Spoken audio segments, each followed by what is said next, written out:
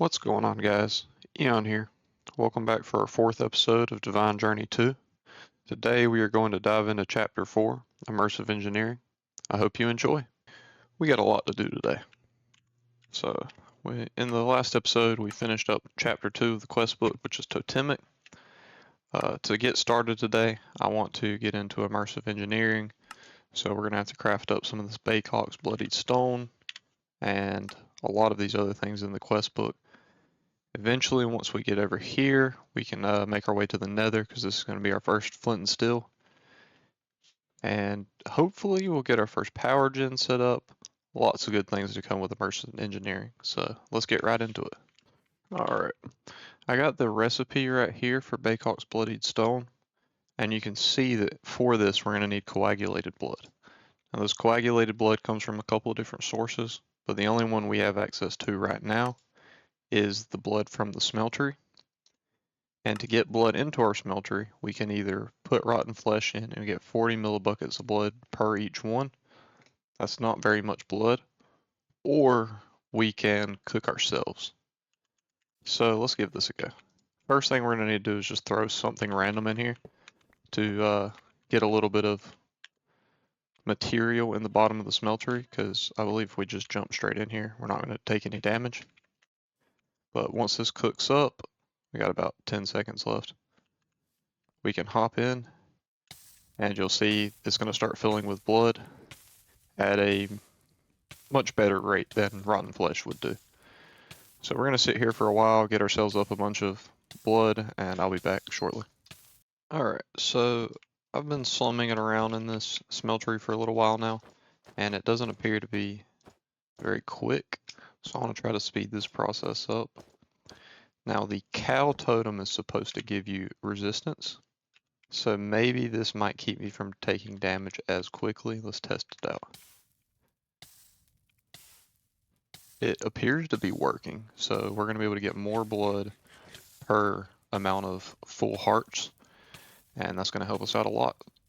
Alright, I got a little bit of blood built up. I want to go ahead and craft this first set of Baycock's Bloodied Stone, because we get a health regen potion from the quest, and that's just going to get us chugging along even faster. Alright, after just under an hour, we're sitting around 47 minutes of jumping in the smeltery, draining my whole life, eating some food, and repeating, we finally have all of the coagulated blood for this initial craft of Baycock's Bloodied Stone. So let's get that going real quick. Okay, they all have to be done individually. I'll cut back in a second. 4 stacks of Baycock's Bloodied Stone. Let's craft ourselves up some more baguettes. Let that smelt up, and then we'll have more food source because we burned through almost all of it. And our engineer's hammer. It's going to complete the quest for us, and then we can grab the engineer's manual out of there. Then we need our Akashic tome, and we'll craft that together with the engineer's manual to add that to it. And let's get started with some immersive engineering. Now, I want to lay out the foundation for our first industrial style building. We're going to put that right here. Let's check out what we have for this basalt here. Alright, so the dent basalt is going to be our framing block, and I'm going to get started laying down that frame. Alright, I think we mostly got the front of this building framed in. I'm going to kind of pan around the side so you can see what we're working with currently. I think we're going to put our water wheels into these 3 slots, and then inside the main building we're going to have our immersive engineering stuff. I'm not quite sure how I'm feeling about it now. I've been using these walls instead of like an actual block for the walls of this thing, and I think I like it, but it's subject to change. I'm still just a little unsure. I think once we get the roof added on, it's gonna complement it nicely, but we'll see. So now let's get started on crafting up some of this immersive engineering stuff so we can place it down in our new building. So after a quick trip into the mine and a bunch of smelting, we have enough resources to craft coke bricks, and this amount of coke bricks should make us 6 coke ovens. So let's hop up in here into the building. So in order to make a coke oven, you need a 3x3 cube of coke bricks. It needs to be solid so the middle block can't be hollow, just like this. And I dropped a block somewhere. Give me a second. Alright, I got it fixed. I got a 2 block gap in between each one and then a 1 block layer in the middle. So then we go to the side we want to be the front face, and we just right click that with our engineer's hammer, just like so. Now we have 6 of these guys, and what this is going to be used for is it has an interface. So we put fuel type in here. It can be coal, charcoal, or oak logs. Actually, I don't think it can be oak logs. It can be coal or charcoal. And then that is going to go into the next slot and turn into coal coke. And then it's going to give us some creosote oil as a secondary output. Now that I have some coal in my inventory, we can just toss this into each one, just like so. And you can see this little symbol here. It's going to go slowly down just like it would in a furnace, and that shows you that it's working. And this thing is really slow. That's why we did up 6 of them just to start off with. And we're going to give these things some time so we can get some creosote oil. Next, we're going to need to craft ourselves up some blast bricks so we can make a blast furnace. The blast furnace requires some bricks and some invar on top of the Baycock's bloodied stone. The invar is made from alloying nickel and iron in a 2-to-1 ratio in the smeltery. So I'm going to get some of that smelting up in here, and we'll be back for the craft in just a minute. So for the blast furnaces, we're only going to need 2, which means we're going to make 54 blast bricks and hop up inside the building and place these down. The blast furnaces are built the exact same way, so let's give these both a right click. And now we have this in here, and we can use this to make steel. So doing all this waiting on these furnaces to cook up got me intrigued, and I realized that we can go ahead and upgrade to an inferium furnace pretty early on. So all we need for that is some inferium blocks and some inferium essence. Now we should be able to go ahead and upgrade all 7 of these furnaces just like that. And that's going to add us a 15% efficiency bonus. So it's going to use less fuel and cook faster. I also want to replace part of my farm here with hemp seeds because we're going to need some hemp fibers in the future processes of getting through this mod. Now that we got our charcoal smelted up, we can plop some of that in here with some iron blocks, and that's going to start turning into steel blocks. And then let's check on these. Okay, so you can see the creosote oil starting to fill up over here, and we're starting to get coal coke here. The problem here is eventually this creosote oil is going to fill up all the way, and that's going to back up our system. So we're going to need to get some more tanks. So we're going to need 18 iron plates, 9 fluid pipes, 12 copper plates, 6 copper rods, 18 fluid ducts, 18 more iron plates. Then I'm going to need 6 of these red iron compounds. These are going to need to go into a furnace. That makes us 6 red alloy ingots. We can use those 6 red alloy ingots to make 6 servos, 9 more copper plates, 3 redstone servos, and 3 more portable tanks. Next thing I want to do is go ahead and claim our area. We're starting to take up a fairly large chunk of the map, and I don't want creepers messing anything up. So we're just going to claim this whole area. Now we can plop down our 3 portable tanks. Behind those tanks, we're going to need some fluid ducts. I'm going to do this behind each one. Next, we're going to need to place our servos down. And finally, we need to configure each of these servos to be redstone control ignored. And as you can see, these tanks are now filling up with the creosote oil from the smelters. This isn't a perfect solution, however, as this can only hold 20 buckets worth, and we're going to be producing a lot more of that.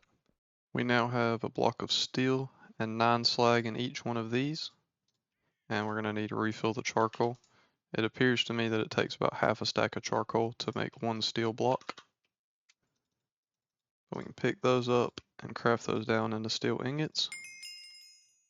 Oops, I dropped something. Then we need to grab our portable tanks. With our portable tank, we can surround this with wood to get treated wood. Let's do that a couple more times. That one's empty. We'll start emptying this one. And we got 3.5 stacks of treated wood to work with for now.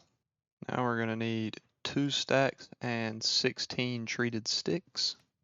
With that, we can make 36 water wheel segments. Then with our 18 steel, we can make 9 steel rods. With all of that, we can make 9 water wheels. Now we need to smelt up some clay for some terracotta. We need an extra pair of shears. We're going to need 1.5 stacks of copper plates.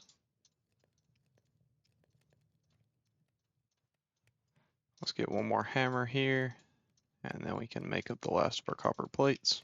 With those copper plates, we can start making some copper wires. There we go, 1.5 stacks. We're going to need a few sticks so that we can make ourselves 24 LV wire coils, 3 copper coil blocks. Grab our terracotta out, 6 LV wire connectors. I just noticed that we have this engineer's trophy in our inventory. So we're going to place this up here right next to the other one. These are 6 days apart. Now we can craft ourselves 18 steel plates and use those 18 steel plates to make ourselves 3 kinetic dynamos. I ran out of redstone. Give me a second. There's our last bit of redstone. 3 kinetic dynamos. Now back over at our big building, we go kinetic dynamo here. Kinetic dynamo here. Ooh, I'm missing. Got it. And then the last one is going to go on top of here. Then we take our water wheels and we go 1, 2. Why is that not letting me place? I'm not sure why that's not letting me place. Okay, I'm not sure what's blocking it, but I was able to get 3 of them down now. I thought it might have been the water spinning it. It was not. Well, let's get the next few down. And this one's not working either. Alright, I got all of our water wheels in, and for some reason they just do not like to place. Sometimes it would work and sometimes it wouldn't. I'm not sure what's causing that, but just be aware that if you're playing this pack, you might have some issues with that. Next, we need to get our water sources placed in. So we'll go 3 here, 3 here, and 3 here. Alright guys, there's been a little bit of time in between this clip and the last clip, and in that time I have had some time to reflect on this building, decide what I like about it, what I don't like, and we're gonna go ahead and go into time-lapse mode. I gathered up a bunch of resources and we're gonna try to knock this thing out.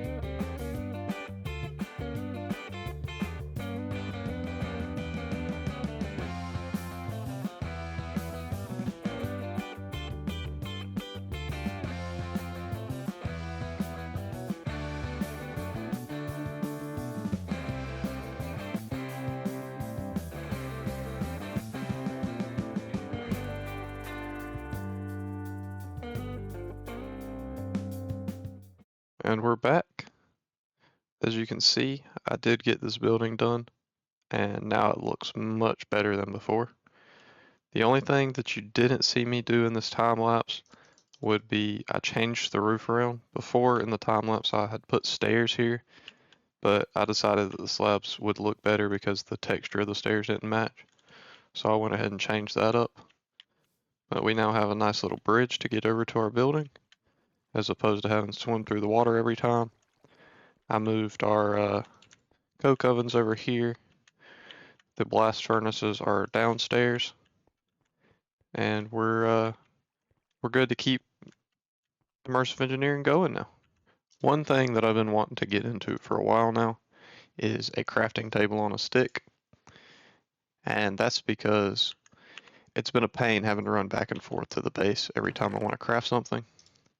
Now we can just make a crafting table on the stick and have a crafting table in our inventory at all times. The crafting table on a stick is a pretty simple recipe. We're just going to need ourselves a crafting table. Hold on, I need a couple more of these. I believe it's like this. There we go, 2 crafting bases.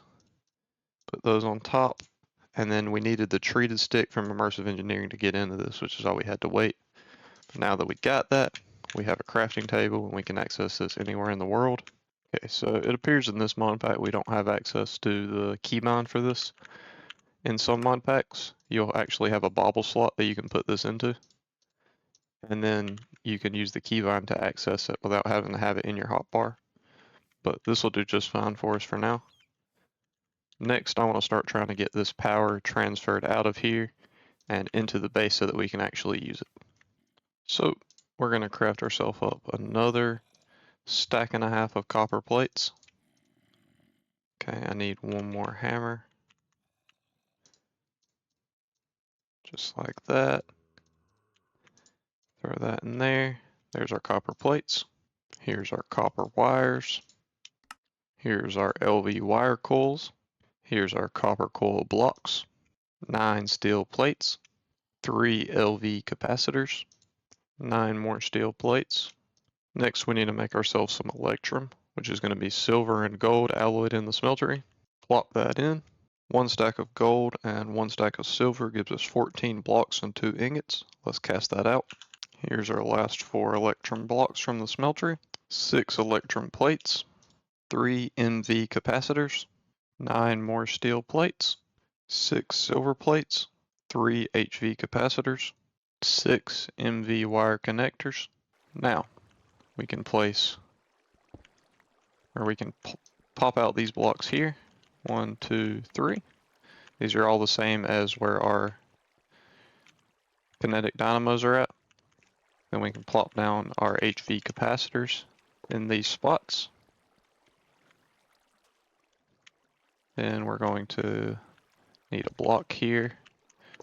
We're going to go MV to MV. Alright, I got all 6 of those placed in. Now we need to configure our HV capacitors. So if we right click on this, blue is going to be input, orange is going to be output. So we're going to set each one on this side to output. Then we're going to set each one on this side to input. And you just need to have the engineer's hammer in your hand to do this. And there we go. Now we have all inputs. Last thing we're going to need to do is get some wires to connect this up. We're going to make ourselves 16 electrum plates, 16 electrum wires, and 4 MV wire coils. Now to connect this up, all we do is right click here and then right click here. And are we feeding power out? It doesn't look like we're feeding power out. There might be something wrong with the way these things are configured, but I'm going to go ahead and connect them all up and then I'll figure that out in a minute. Alright, for some reason I just needed to break the water wheels and place them back down. Now all of our HV capacitors are filling with power. That's going to get us moving into some machines. So I've realized that these water wheels, each set of 3 is only generating 60 RF a tick, which means we can really go down to the low voltage. And conveniently, I have, I believe, 6 low voltage connectors in my backpack. So let me get these switched out real quick. Now, these all have been switched out for low voltage connectors and wires. And I want to claim some of these quests in the quest book because they're going to give us some decent rewards. Here we're going to claim the 12 copper. We're going to collect everything here. Get a diamond saw here. An extra water wheel and 2 buckets there. We're not going to use that though. We're going to take 8 gold instead of 10. Then we get 4 wire coils, 2 wire connectors, and some wire cutters. And then we get an engineer's voltometer. We get 10 copper and 10 redstone. We get 1 transformer, 1 HV transformer, and then 4 MV coils and 2 MV connectors. And that completes the quest that we've already completed. Next, I want to craft ourselves up 1 LV wire relay. Now, we can go with our LV wire connectors here, and then we can throw a wire relay here, and we're going to need some LV wires. So what this is going to allow us to do is to connect all of these into one system. Okay, there was a error because of the wire overlapped this block. So I'm actually going to put this here, and that should allow us to connect all 3 of these up to it. Perfect. And then we can run the power over and inside the building. So to get the power inside the building, we're going to need a couple more relays, a couple of MV connectors, a transformer, some wire coils of both types, and then we're going to place this down here, place this down here, connect these up just like this, and we can place our transformer. I need to craft myself 1 more LV wire, so let me get that real quick. Here's the copper plates. We can craft that with the wire cutters and then use these wires around a stick to get our last LV. And we connect that up just like that. Then we're going to use this block for pass-through. So we're going to put 1 MV wire connector there, connect that up just like that with MV wire. And I believe it's this one. And so now we can pull power out of this block, if I'm not mistaken. Let me just break this one so I know where we're at, kinda. And okay, so I did place it on the wrong one. Now I got the MV wire connector in the right spot. And we're gonna place some machines right here. Next, we're gonna wanna craft ourselves an engineer's workbench. So let's get started on that. Here's our painting. Here's our painting press, another crafting table, some treated wood fence, and the engineer's workbench. Gonna place that down right here, and that's gonna allow us to get started, but first we're gonna need some blueprints. We're gonna need 5 steel plates. Now we can craft our engineer's blueprint for metal press molds and our engineer's blueprint for crafting components. These can be plopped into here and used to make various different things. You just need to make sure you have the materials required to make them in these slots. Now we can make ourselves 2 steel plates and 2 iron plates. Let's go ahead and double that up. Boom. Then we can take this with, we need 4 osmium ingots, and we can toss in the wrong one. And we're going to be able to toss in this, this, and this. And make ourselves 2 iron mechanical components and 2 steel mechanical components. Next, we're going to want to make ourselves some metal presses. In order to make the metal presses, we're going to need all of these materials here. So let's get started crafting these. Here's our 2 steel scaffolding, 1 copper plate. We're going to throw some stone in the furnace for some of these circuit plates from Project Red. With our circuit plates, we can make some conductive plates combined with a little redstone. Here's our redstone engineering block. 1 iron plate, 1 iron rod, and a piston, a little bit of leather, 3 treated leather, a set of conveyor belts, another piston, a third piston, 1 electrum plate, and 1 heavy engineering block. That completes the quest for us. We have a variety of options here for quest rewards, but I have 0 inventory space. So let's go get this press built. Okay, so in our engineering manual, it shows us the layout for this machine. So let me figure out where I want this, and then we're going to start placing it down. So eventually I want to have 4 of these down here. The first one is going to go right here. So we go to the redstone engineering block there, our 2 scaffoldings. I go with the conveyors. Then we need our engineering block to go here, and then the piston needs to point downward. If it doesn't point downward like I just did, you can rotate it using the engineer's hammer.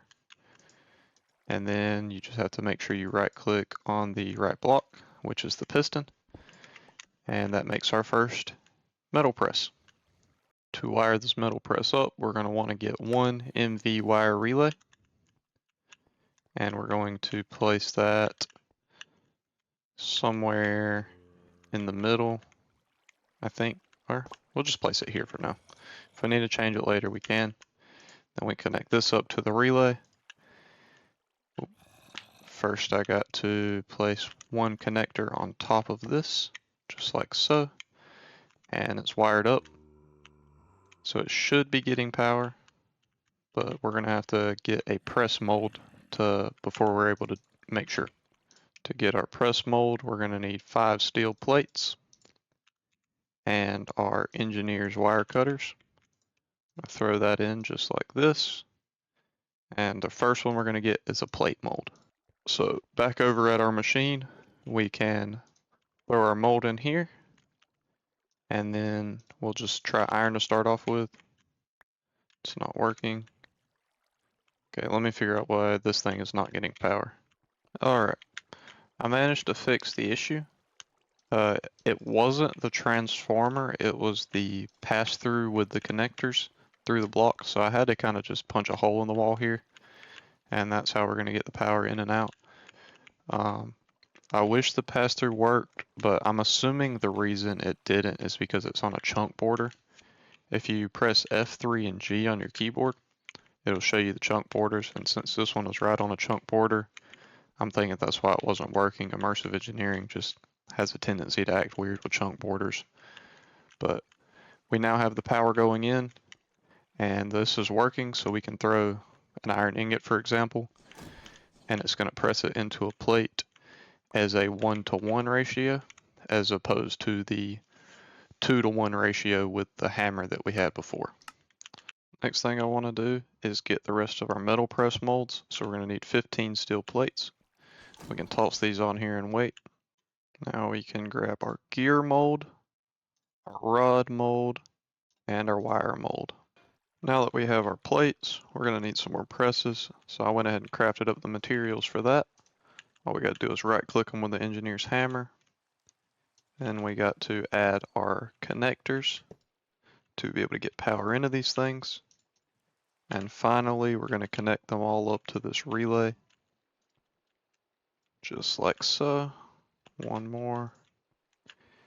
And now we have power to all of them. And we have the molds to put in them.